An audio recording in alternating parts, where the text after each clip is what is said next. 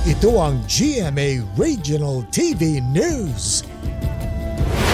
Mainit na balita mula sa Luzon, hatid ng GMA Regional TV. Patay sa engkwentro ang isang hinihinalang miyembro ng New People's Army sa Roxas Oriental, Mindoro. Chris, ano ba ang detalye niyan? Connie, nangyari ang engkwentro nang makatanggap ng impormasyon ng Philippine Army na may mga NPA sa Barangay San Vicente. Ayon sa 203rd Infantry Brigade, umabot ng 10 minuto ang palitan ng putok ng baril ng dalawang panig. Hindi pa nakikilala ang nasawi. Wala namang sugatan sa panig ng mga militar.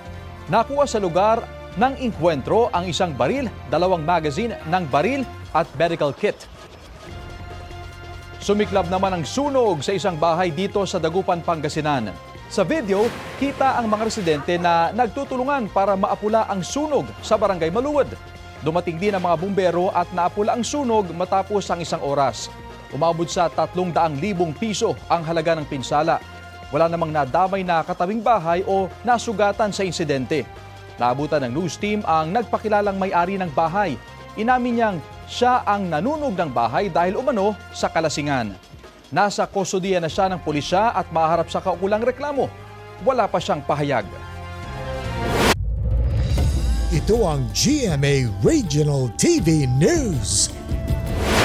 May init na balita sa Visayas at Mindanao, hatid ng GMA Regional TV. Hulikam ang pangho-hold up sa isang tindahan sa General Santos City. Sara, magkano ang natangay ng mga hold-upper? Connie, natangay ng hold-upper ang kahadeyerong laman ang kita ng burger shop sa Barangay San Isidro.